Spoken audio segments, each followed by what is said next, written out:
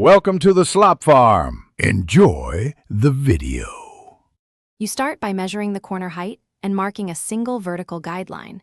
This ensures your first strip will sit plumb.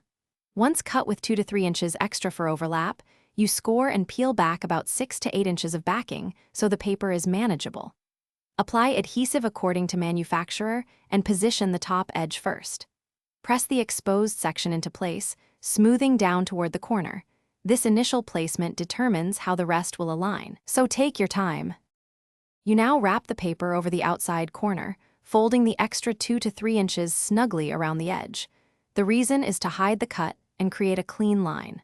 Once over, leave a tiny 1/16 to 1/8 inch gap at the seam to account for expansion, and use a plastic smoother to press the paper gently without stretching it. After the adhesive firms slightly, you can make a vertical trim through both layers so the join lays flat and the pattern matches. You finish by rolling the seam with a seam roller from top to bottom, pressing outward from the corner so the join bonds and the pattern aligns. If small bubbles appear, pierce them with a tiny pin, press out trapped air and smooth. That prevents long-term lifting. If the strip is misaligned, rehydrate the adhesive at the seam lightly with a damp sponge and reposition immediately before it sets. Make sure edges are clean. When dry, trim any frayed bits for a professional look.